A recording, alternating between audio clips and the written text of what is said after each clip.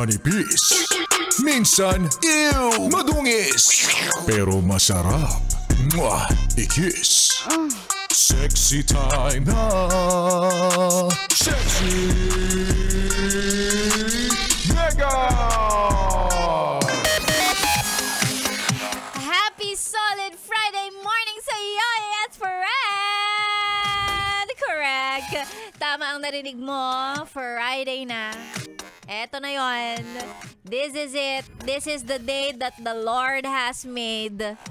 Ang araw na pinakaabangan ng lahat, lalong-lalo na para sa mga yes friend kong day off na kinabukasan. Ang sarap! Ay, magandang umaga sa mga yes friend kong ang brain cells ay naka-Friday mode na. Ibig sabihin, hindi na gumagana. Ha? Yung mga brain cells niya, mga nagtititigan na lang. Nagtititigan na lang, tapos parang, ha? Ha? Ano yan? Wala na sa sarili, sabaw na. Naiintindihan ko naman. Lalong-lalo pa kung simula nung Lunes, 'di ba? Ang dami mo nang ginagawa, lunod na lunod, babad na babad ka na sa trabaho. Pagdating talaga ng Biyernes, ubus na ubus ka na rin. Sabaw na sabaw ka na. Pero yes, friend, alam mo, dapat nga mas ginaganahan tayo pag Friday 'di ba? Dapat mas nagdo-double time, dapat mas doble yung trabaho mo pag Friday. Bakit? Kasi kapag marami kang hindi tinapos ng Friday, lahat 'yan babalik din sa'yo sa Lunes. So pagdating ng Lunes, lunod ka na kagad, umpisa pa lang ng Linggo. Kaya dapat pag Friday, mas masipag tayo. Ganon!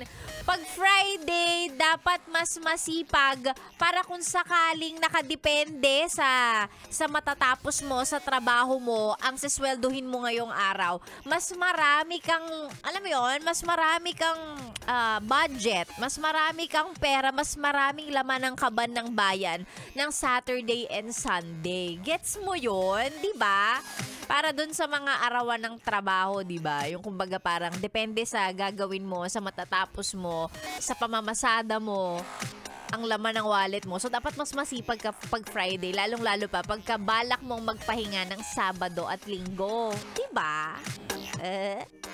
Wala lang, mga paalala lang ni Sexy Megan sa'yo, just in case parang medyo tinatamad ka, ganyan, parang wala ka sa mood, ganun. Hindi, be.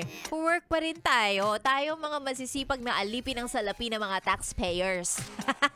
Si Sexy Megan na po ulit ang inyong kasama ngayong beautiful solid Friday morning. Thank God it's Friday in English and Tagalog. Salamat Jesus at Biyernes ulit.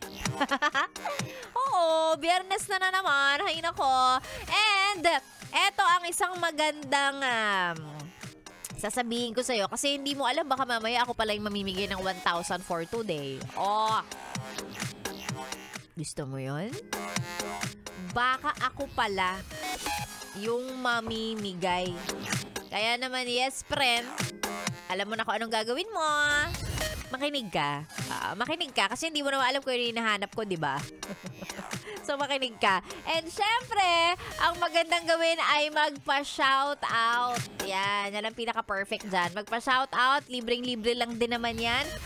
Isa na mga pa-shoutout sa ating Facebook page, DJ Megan Yes FM. At eto, paunahan na natin to. Shoutout, pag-greet daw ang Grab driver na si Kuya JR Plamo. Kuya JR Plamo, magandang umaga sa'yo. Ingat sa biyahe. At sana marami kang maging mababait na pasahero ngayon na magbibigay sa'yo ng malaking tip. Hindi ko alam kung si Ma'am Binisa ang sakay mo ngayon, pero alam mo, galante yan. Tsare! Joke lang. Ay ka, JR, ingat ka. And of course, sa lahat ng mga nasa biyahe sa mga oras na to, mag-ingat po kayo. Sa mga, again, gustong magpa-shoutout, isend sa ating Facebook page, DJ Megan Yes FM. Ako na po ang inyong kasama hanggang mamayang tanghali. Dito lang sa stasyong masarap pakinggan habang nagre-relax ka dyan. This is 101.1 Yes FM. Solid! Don't you cry.